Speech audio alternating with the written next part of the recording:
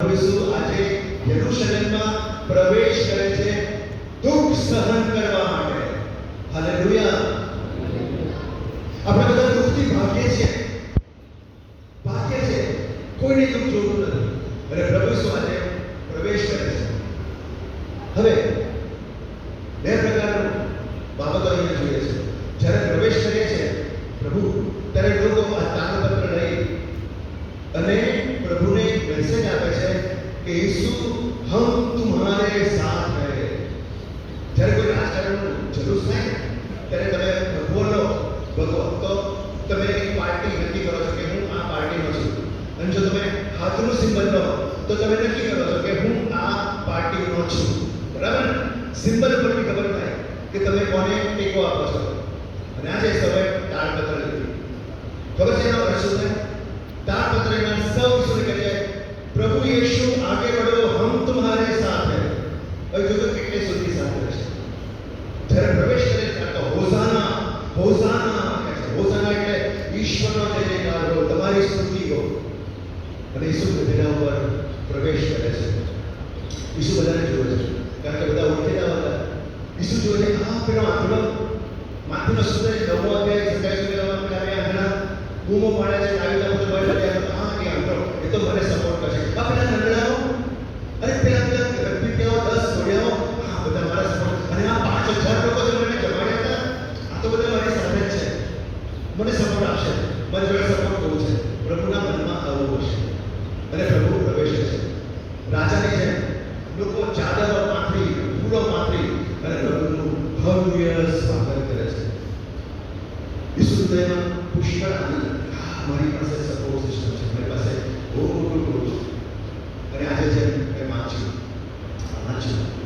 એમાં પિલાતુસ કહે છે, જ્યારે એમને ઈસુએ ઊભો કરે છે સજા માટે, ત્યારે પિલાતુસ કહે છે મને આનામાં કશોય ગુનો દેખાતો નથી. અને શું કર્યું છે કે તમે એને મારવા માંગો છો? એને છોડી મૂકો. મારી પાસે એ સત્તા છે કે આજે એક જણાને હું છોડી મૂકું. હવે આખું ટોળો હતો અને ઈસુ આમ આંખો બંધ કરીને રાહ જોતા હતા. હાશ, પિલાતુસ કહે છે એકને છોડી મૂકો. તો બરાબર, આ બધા તો મારા જ છે. આ બધા મારા રોટલી માછલી ખાધી છે, અમને સાજા કર્યા છે, વળગા કાઢ્યા છે. આ તો બધા મને સપોર્ટમાં છે. ઈસુ રાહ જોતા હતા. અને પિલાતુસ પૂછે છે શું કરવું? છોડી મૂકું? ઈસુ રાહ જોતા હતા. હમણાં કહેશે છોડી મૂકો. અને ત્યાં એ જ લોકો જેમને તાળપત્ર લીધી, જેમ આજે આપણે એ જ લોકો જેમણે તાળપત્ર લીધી, એ કહે છે એને ક્રૂસે ચડાવો, બરાબસને છોડો, એને ક્રૂસે ચડાવો. તમે કહો મોટા દુઃખ, આ ક્રૂસ, આ ખીલાનું દુઃખ તો ભોગવી લે છે, ખીલાનું દુઃખ. પણ પેલા લોકોએ પ્રભુના પીઠ પર દગો કર્યો. મોથી બોલ્યા હતા હોસાના હોસાના. જ્યારે ખરો સમય આવ્યો ત્યારે પાટલી બદલી નાખી, પક્ષ બદલી નાખ્યો. એ જ મોજે હોસાના બોલતા હતા, એ જ મોજે હોસાના બોલતા હતા. એક 5 દિવસમાં પલટાઈ ગયા. અને કહે છે કે ગુસ્સે થયો. પણ લાગે છે કે આનાથી મોટું દુઃખ બીજું શું કોઈ નથી કે અરે યાર આ લોકોએ હૃદય કટો કર્યો અને આ લોકો મારી તરફ પાછા ના વળે. અને પછી પ્રભુ ઈસુએ બધા સ્તંભ જોઈ દીધા, જેની વાત આપણે પવિત્ર ગુરુવાર અને શુક્રવારે તમે કરશો, જે તે વાત તમને આપશે. આજે મને તમને આજના કરવાનો તર્ક સમજાવો છે. તમને એક વિનંતી કરું, બધું બચ્ચો તોડું ના કરો. તોડું બહુ ખતરનાક છે. આપણા સમાજની અંદર મોટા મોટી પીક જો કોઈને હોય ને, મોટામાં મોટી સમાજમાં હોય તો એ છે લોકો શું કહેશે. મારી વાત સાચી છે?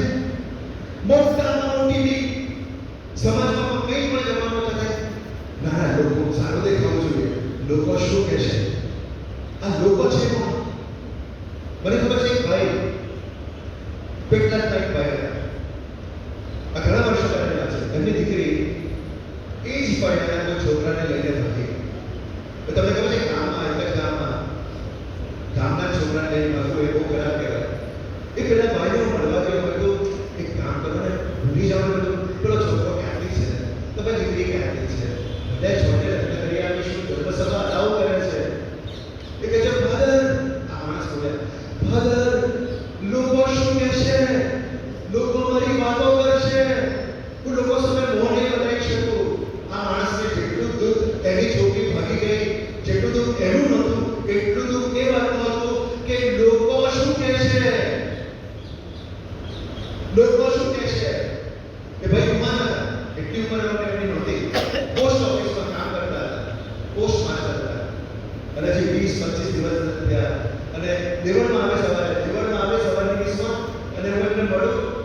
અને સવારના પહોંચવા રડે તો ફાધર તો કોઈ ગણના રહ્યો રડે.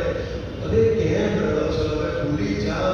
અને મને એવું એ જ કહે, ફાધર લોકો સમાજ સામે મને ઊભો રહેવાની લાયક નથી. લોકો શું કહેશે? લોકો શું કહેશે? અને ખબર છે શું થયું? બિચારાને ચાલી ઓફિસમાં હાર્ટ એટેક આવી ગયો. એમનું હૃદય એ સહન ન કરી શક્યું. અને જ્યારે પ્રાર્થના સભા હતી